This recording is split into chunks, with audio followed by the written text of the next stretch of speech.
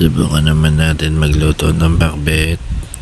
Simplihan lang natin ang mga sangkap. Tara na.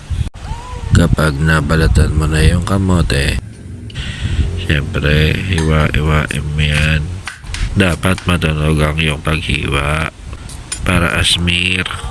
Isunod mo na rin yung kamatis.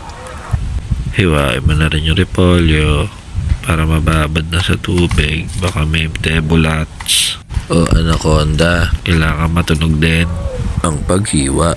You need to peel the onion and then slice it vertically. Maparol na yung kutsilyo ko. Kailangan na natin patalimin. And after the knife is sharpened, slice the eggplant diagonally. Also slice the meat in cubes. Kahit hindi naman siya magkakasing-liit. Ano daw? Kapag okay na, lagyan mo na sa kavaling mainit. Makikilagay po ako ng sibuyas at ng kamatis. Sabihin nyo na rin yung sweet potato.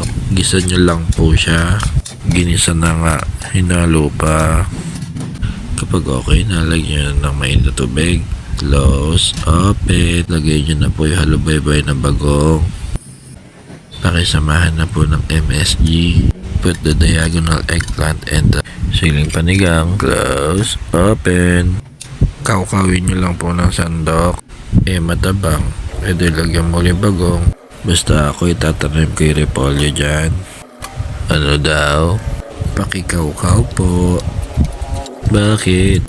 Close, open. Silipin mo kung may usok. Close, open. Luto na po. Ganyan lang po magluto ng pakbet. Thank you po.